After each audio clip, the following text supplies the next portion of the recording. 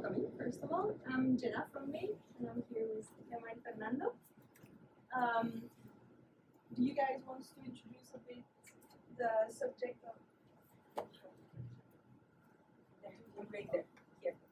Okay. I'm looking there. You can go the other Yeah, side. I can go the other way. So the idea today is really to present to you how, well, I'm going to start with Make, what we do at Make and who we are, Make. But it's really the idea is to talk about Jellysmack, how they use a no-code tool such as Make and other no-code tools that they use for the expansion. So mainly I'm going to let them speak, but of course afterwards you can come to me, you can come to us in general if you have questions, and we will have 15 minutes slot for the question afterwards. Okay, so you can see the three of us. We will have this slide at the end as well, so you can have our phone number, email address if you have any questions. Okay, so I mentioned we introduce Make really quickly, introduce Jellysmack. Guys are going to talk about what they do at Jellysmack to expand things to no-code and Q&A. So that's me. I didn't do that slide. I suddenly a huge picture of myself from here this morning. I thought, wow, we actually have a marketing team. So I'm Jenna. I'm French, but I'm based in Madrid. I'm an account executive at Make. I was actually one of the first one. I joined the company last year in December. Make, I don't know if you guys know us. Do everyone knows Make here? Okay, cool. So you know Integromat. I actually joined the company when we were still called Integromat, and we were like 3-4 salespeople, because before that Integromat was just sold without any sales force actually. And we're now 30, 50 people in Europe, and with US around 50 people in the team. I'm based in Madrid, but I'm in charge of the French and Spanish market and Spanish country. We also have some customer in Latam that I deal with, and that's it basically. I came from AWS, so much bigger company, and decided to join a cool startup that is not really a startup anymore, but very fast-growing, fast-paced environment. So pretty cool experience.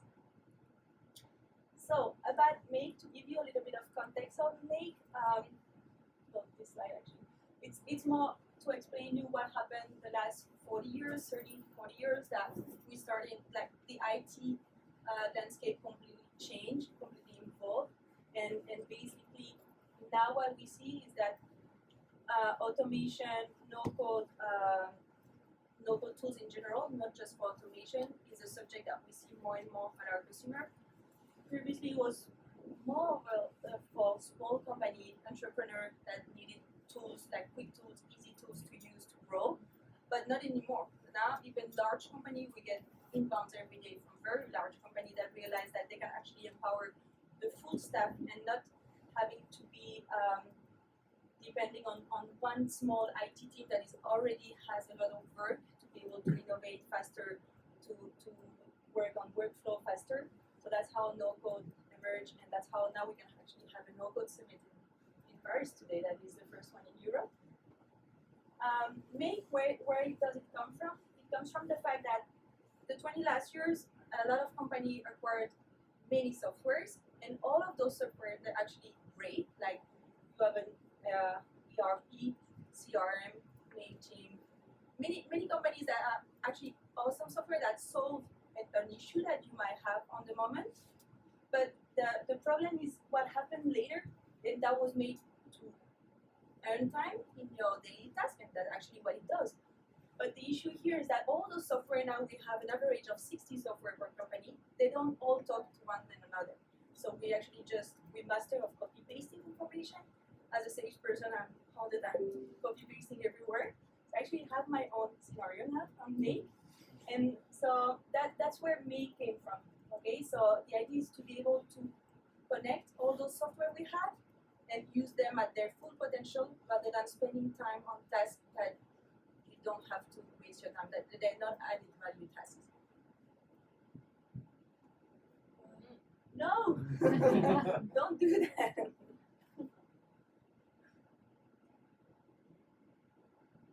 We just have to touch one touch. Any. Yes, no one there now.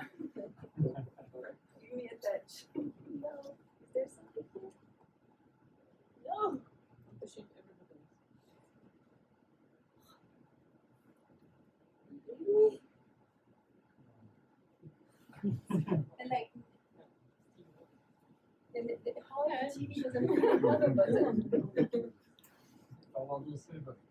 Restacked it. Okay. We need someone. Potete darle. Maybe soon is like 30 minutes, so that we can I'll let you figure this out. And so here he's for the one who doesn't know Make, this is a visual of Make of how it looks like. The idea between Make is that really we want to enable anyone to automate and build, be able to create workflow, even though you don't have any IT background. Of course, if you don't have any IT background like I do very simple workflow. Like here, I watch an event, maybe a new row in an Excel, and I will notify my team, I send a Slack message, or I will add it to my calendar to have a reminder. As a sales, I actually use it when a customer signs a contract, download the app, just not to forget, to do everything for that customer, upload it on Salesforce, etc., etc. But the power of Make is that it's not just super visual, super easy to use, is that you can also go much further in the automation and actually have a tool adapted for critical scenario, critical workflow in the automation.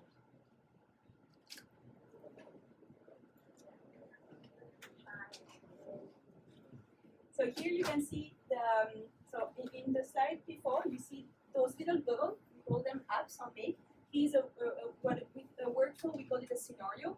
So a scenario is composed of apps. And those apps, we have actually 3 pillars of apps. The one in the middle is the most common one, are all the applications that are cloud-based applications, basically. We currently have 1,500 connectors. We're building 2 new connectors per day. So that's going very quickly. Also, what is important at Make is that when we build a connector, it's not just we put you an app and one task, one endpoint in it. We really built full connector that we tend to have at least 10 to 15 endpoints in each connector. You have all the enterprise application on the left, but here the power of it is that even though we don't have the application, the connector already built in our catalog, you can still do automation with Make using an HTTP call module, for example, and calling the API of the application. As long as there is an API, you can build a scenario on Make. Some numbers about Make. So I don't know if you guys know, but Make, previously called Integromat, turned to Make because it was acquired by Salon, a German unicorn. Look at this logo in 2020. We rebranded in February this year to Make. That's a bit cooler than Integromat. Word of the famous Integromat in different languages wasn't that easy. Spanish and French, for example, not very good for marketing actually. And we now almost have 1 million users worldwide, taking into consideration that sales team just was created last July. And we're in 180 countries, and we have more, as I said, more than 1,500 connectors, but that when I arrived it was 1,000. Change all the time.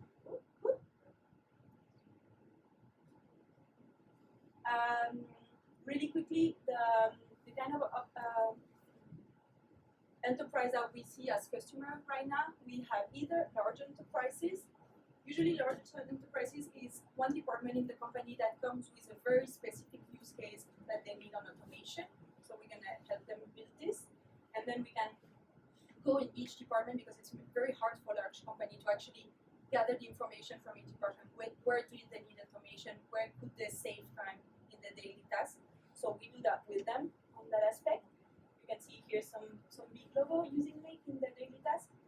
But for now, the most company we actually have, like Jellysmack, you actually guys hidden. It's just beside the you hear them step down, and there is Miro. That actually Miro is here today. That is a customer of us as well. Oh no, that wasn't 30 minutes. What can we do? Bah, normalement, ils m'ont dit qu'il y a des boutons derrière la télé, mais. Mais ah là. Alors oui.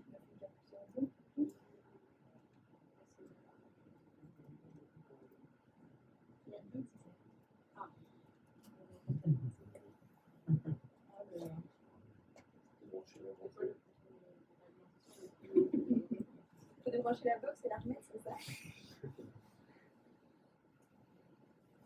Et dans les boutons qu'il y a sur les murs là, Je blancs, pense que c'est là. ouais. Peut-être il y a un bouton TV.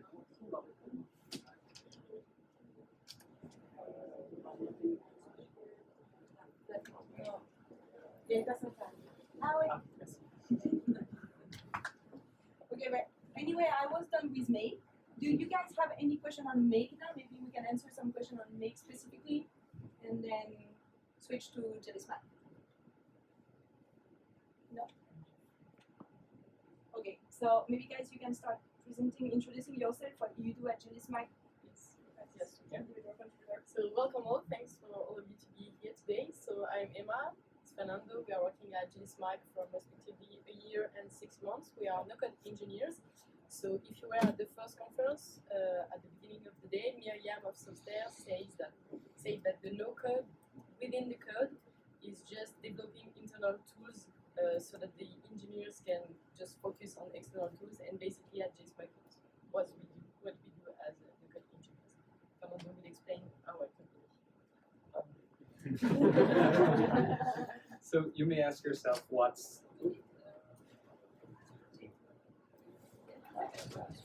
Vous avez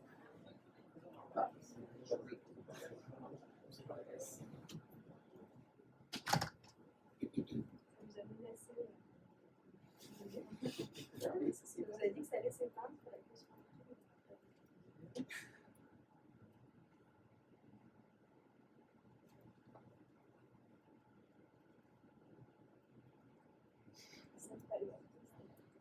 Ouais. Là, il y a du bouton sur le côté là.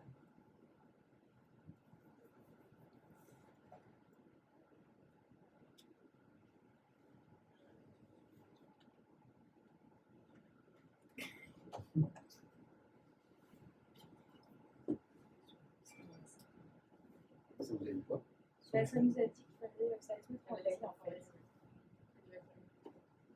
Ah, ça y est, ça y est. Oh non, comment faire ça? Ah. Ok. Désolé.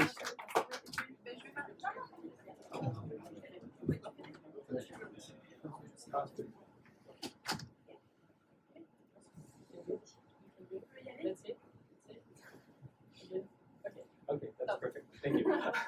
So, what is Jellysmack? We are a global creator company, and what we seek to do is to help content creators grow their communities and maximize their earnings. At Jellysmack, we offer 3 types of solution. Our most popular solution is our content creator program that is basically editing and syndicating already existing videos in different platforms that they are not in yet. Then there is our financial backing solution, which has fresh capital to help content creators reach their goals and grow their brand. And finally, our third solution is our original content production solution, which actually helps content creators to come up with new ideas for videos, but also helps them shoot those videos in the best possible way. So, Jellysmack infrastructure is focused on giving to their creators the time and the opportunity to take risks, because they want to maximize the value of their already existing videos. They also want to back them financially, and also they want to shoot original content with them. In fact, as you know, our most popular solution is our content creator program, in which we Jellysmack believes that the easiest way creators have to make more money and build their brand is to squeeze all the effort and time they put in videos that are not in all the platforms. Because as you know, you may have someone like PewDiePie that is making videos on YouTube, but just YouTube, and he's not exploding other platforms like Facebook, like Instagram, like TikTok. So that's where Jellysmack partners with PewDiePie to tell them we can help you to edit all those videos in all those different formats because it's not the same size of video in TikTok and Instagram, and well, he's too busy making videos about video games to be editing everything on the right size. So that's where we work with them. Thank you. So our creator program, well, it helps creators to grow their audiences, to increase their views, to diversify their revenue streams and maximize their time, but also to help them make more money. That's why it's so interesting. But how do we know about creators? That's because Jellysmack is a content creator itself. At the beginning of the company, Jellysmack worked on their own channels, from beauty to gaming, and that's how Jellysmack started learning and knowing how the content creator economy worked. And that's how they start building their own algorithms and understanding how trends work. And that's how they can help content creators grow and get bigger with us. So in all of that, I'm thinking what is the Nocode? What do we do with the Nocode? So let's start about the start. Everything starts in Jellysmack for the Nocode in July 2021, where our current manager entered the company as an operation manager under the people department, so basically the HR. At this point, the Nocode is not defined at all inside the company.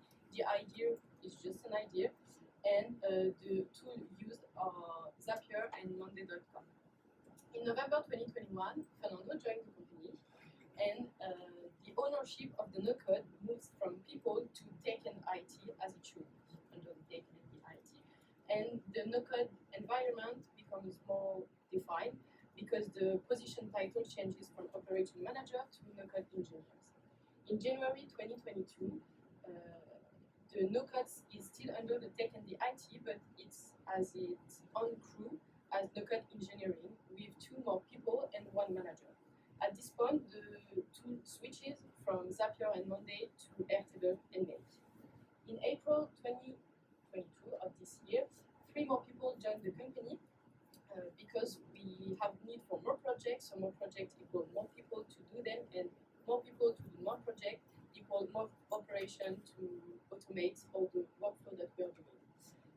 For another need, we introduced as well Parabola inside our site.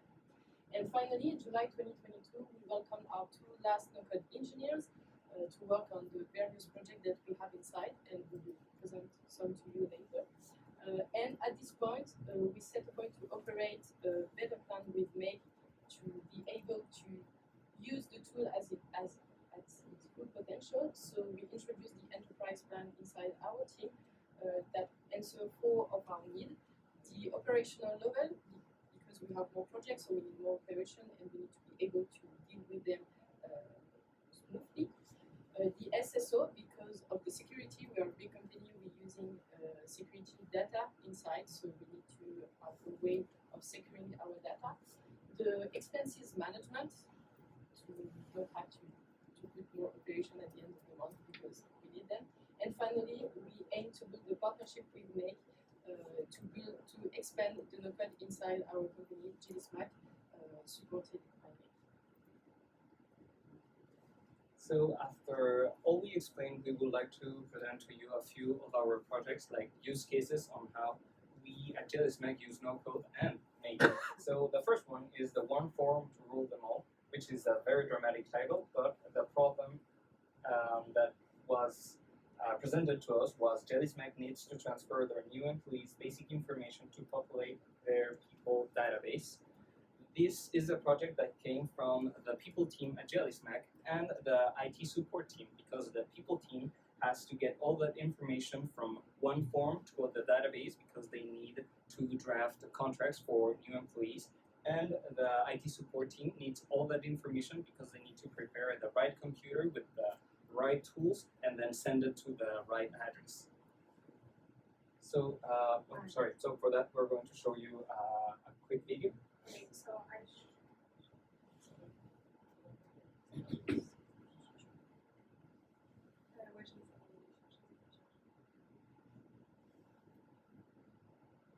should have been the live demo, but it's not possible on Jenna's computer, only on ours, and we have MacBooks and they don't connect on the TV. So It's it the will be third one. videos. Which one? The one from to the most. Sorry for that. So there you can see our contracts Monday board where we have the database and the information of all our Jellysmackers, and we're switching to a special view where you can see just one person. Here we have information like job titles, and we use our talent acquisition managers use a type form that is very complex with a lot of different logical paths depending on your answer.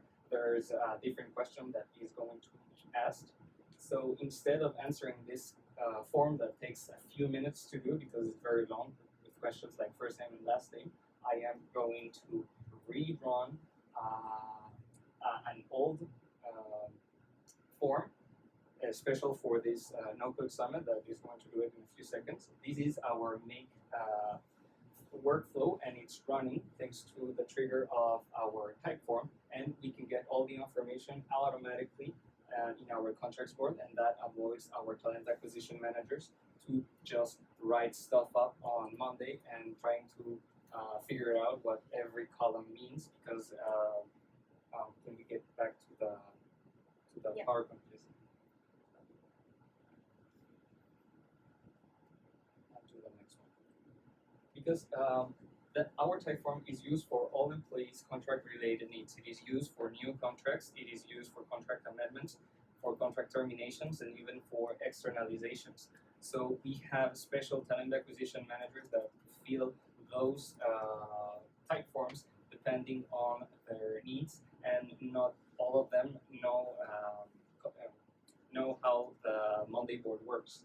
So it has been used so much that we counted around 5,700 times that type form has been filled.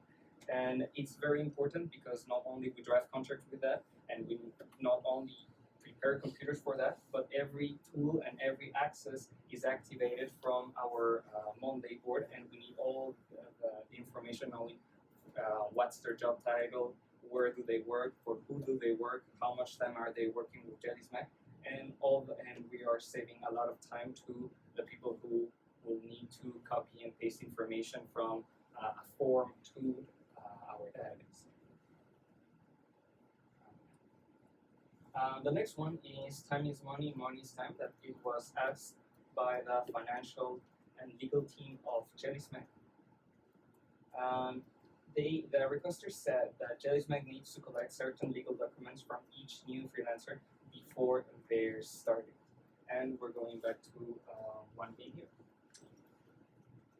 Because the law of every country requires to the company to have certain documents when they hire a new freelancer. So we have an Airtable board, and here we're going to see a special view where we are going to get our entry of a new freelancer that is going to arrive to the company. This is my email. I'm pretending to be a freelancer. So we have their information on Monday. They are a freelancer, and we're going to sign their contract. This is going to trigger the following automation that is going to transfer information automatically from Monday to Airtable.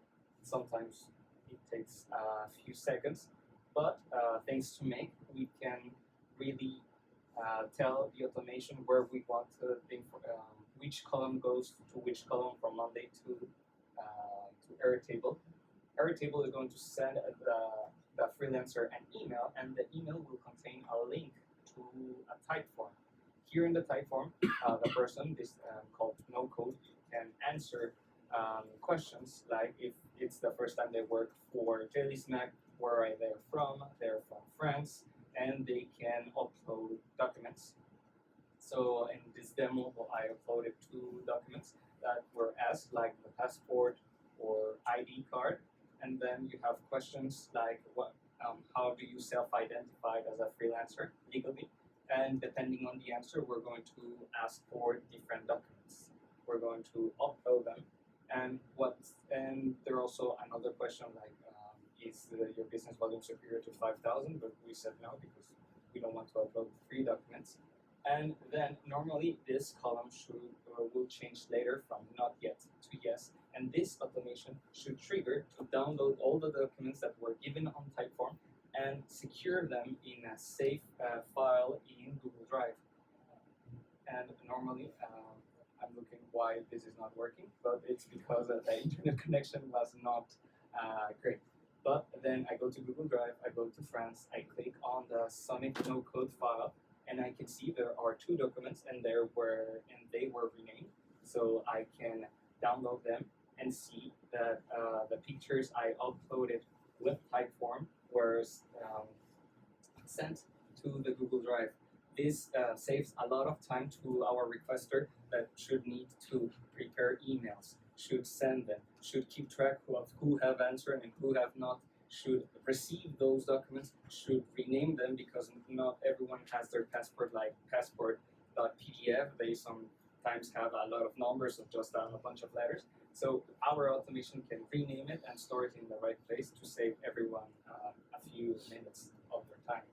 And they can we can change to the next one, and they can focus on other stuff.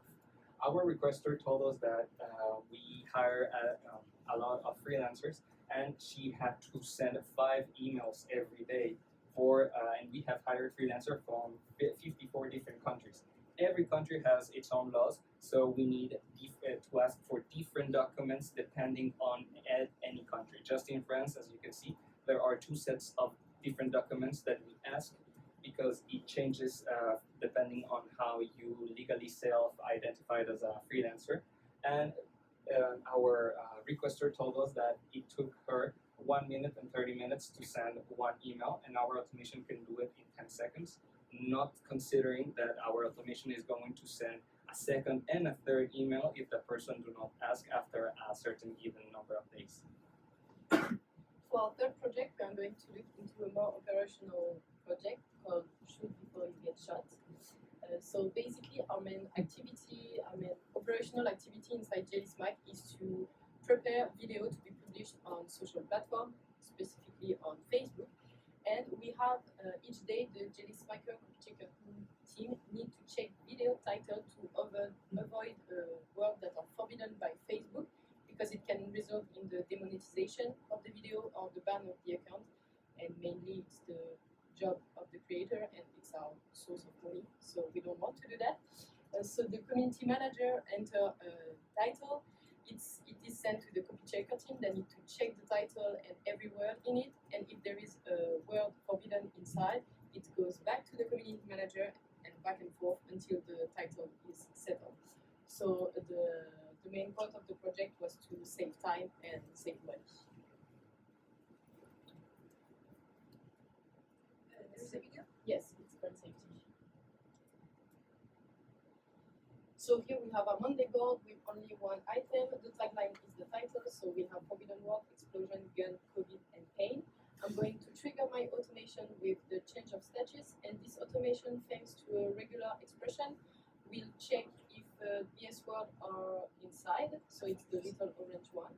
And so we have words that are forbidden by Facebook inside, so we're going to notify our community manager with the status that changes. I'm going to delete the BS word, so the community manager delete the BS word because they have the Google spreadsheet with all the words inside. And we are going to run the automation again to see if there is still a forbidden word inside. And it should be no. I know, but it's not. So everything is green, and the community manager can send the title to the copy checker, because at the end the copy checker has to read the title because they don't have the context, the word changing, etc. So on this project, we implemented this project on 1 quarter of the entire Jellysmack pods, because we are specialized in gaming, in trend setting, in true crime, etc. It deals with hundreds of non-unique titles per week on this pod. It's equivalent to 4,000 operations per week, and a week for us it's 5 days. And at the end, it reduced the round trip of 50% between the community manager and the copy checker, and 1 round trip on average is 24 hours. So we are able to launch video more quickly. And finally, for our final project, It's one of the first products that we did for the external point of view, using a front-end Nocode tool as a software. So it was for an event a month ago in Paris for Instagram. Our marketing team wanted to be able to get videos from creators instantly, to send them to our video editors. In 20 minutes, they edit the video and then send it back directly to the creator that have to post it on the event of the day. So it has to be a 30 minutes scope of dealing with the video. So for that, we had to build a front and a back and notify the video editor.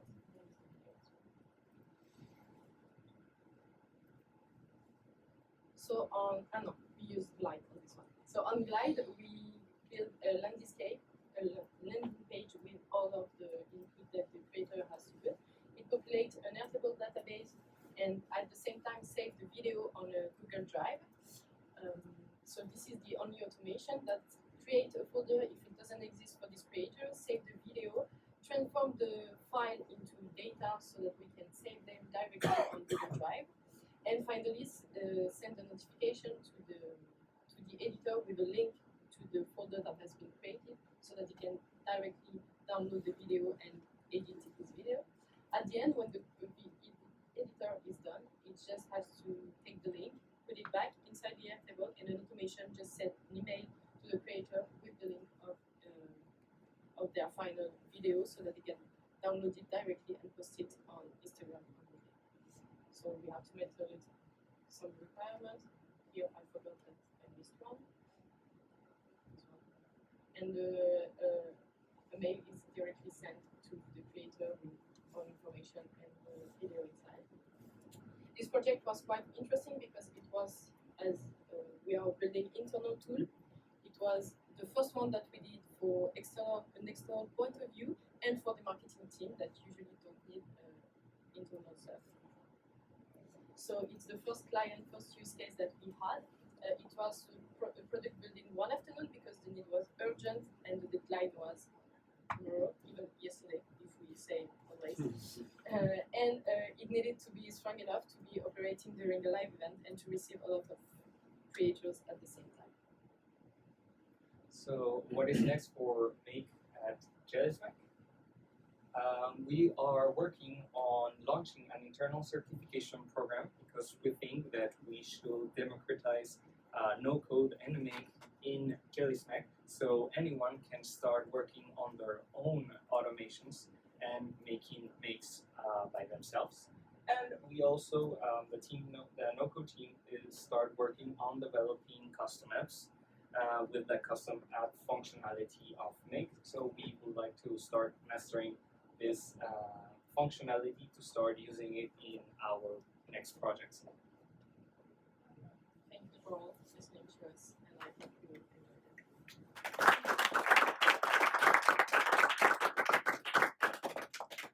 Is there any questions? We still have 5 minutes. Yes. Earlier you mentioned Parabola. And what do you use Parabola instead of Make? What's the use case you? We use Parabola because we deal with a lot of data. For example, our employee database that need to be updated every day, and in this database we have 5,000 people. So we choose to deal with Parabola because on Make it would cost us a lot. And on Parabola, basically it's just overwrite the sheet and put the data back. And for our use case, when we need to deal with a lot of data, update data, create a lot, very large number of data, we do it with Parabola. And when it's more specific, we use Make to do that. Another question? Even for Jenna. No? Yes. I used to decide with for complex problems. I don't know if I see your logic gems. I don't know if you satisfied with the type of task or if you try other editors, comms editors. Well, For forms, we have tried Monday forms and Airtable forms, but until now the best one we have is the Typeform, due to the different logical paths that allows us to use the same form for 5 different uses. I would say one of the main features that we use also on Typeform are the hidden fields that we use a lot with our database to send different data to different people. But it's a secret that this Typeform that you saw is going to be deleted because it's too complex. We are using Workday, and there is a functionality integrated inside that we can use for the same thing which the Typeform does.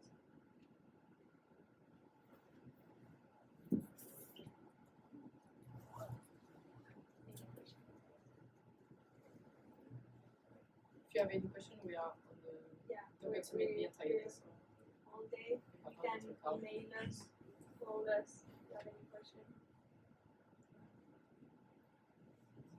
When you choose Monday or Airtable in backend, sometimes one or sometimes zero.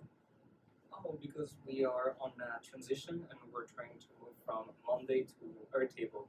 So we've been in that transition for a year, but one of these days we're going to be just on Airtable. When you use what happened for multi for Salon or what happened for one? as for Make, we have an enterprise group, so we have different licenses and everybody has its own account, and we are just inside the local team dealing with the support of the licensing. So as for Make, we are building a certification program. Anybody that does the certification can have access to it. Either way, it's on their own workspace, but they cannot connect it with our tools. Because Airtable is really expensive. So if you're not like the whole HR team, it's going to cost a lot. So you have one account or several accounts? Do you build every user? We have one workspace, Jellysmack, and inside everybody has its own account. Yes. I see one question here. Okay. So. Mine was the same. Okay. Okay. Speaking of transition, you mentioned that you've been using Zapier before. Yes. When you move into Make, did you find a way to transfer all your projects or just recreating everything? No, we had to recreate everything, so we had a 2-month project with 3 no-coders trying to redo all our Zapier automations in Make. That's a very common question that we have. Well, most of our customers actually come from Zapier. That's very common that we start on Zapier because it's easier to find. First of all, when you search for an automation tool, you're going to find Zapier. It's been here down here and have great marketing, and it's a very cool tool to start with. It's very easy to start. Usually customers start on Zapier, and then when they want to go further in the automation, or they suddenly, oh gosh, I want to add an app here, I want to filter, I want a data store, I want to go further in the automation, and now I want IT team to use it for more critical workflow. That's actually how they find the format back then on Make. But that's the question we always have. Like, can we just migrate magically from Zapier to Make? I'm not sure Zapier would be very happy with that. But now you can't. Yes, as Fernando said, it was a project of 2-3 months with 3 person at the time to just move every automation from Zapier to Make and rebuild it even if you are not the owner of the solution. Yes. Perfect. How many scenarios how do you monitor them? You see which of one you use more operations? We have, I think, in active scenario 150. We have a lot of inactive scenarios that we name. On May, there are 4 folders. We have in place, but so we name our folders depending on the group that we are working for. So, for example, the finance, the people, the operation, the brand safety, etc. And we store our scenario inside the folders that correspond to the project. and to see the consumption of our scenario. One of our colleagues built on Antidote. We make scenario a way every day to see how many operations we use on one active scenario. And we try as well to optimize our scenario even if we to use less operation. You can actually within Make, you have one of the applications of Make is Make actually, so you can use directly Make API and create yourself a scenario to check how many scenarios do I have, what's the name of it, according to the names, it will call an Excel form, for example, or whatever, and so you can monitor it that way. Also, when you go on make.com, when you have an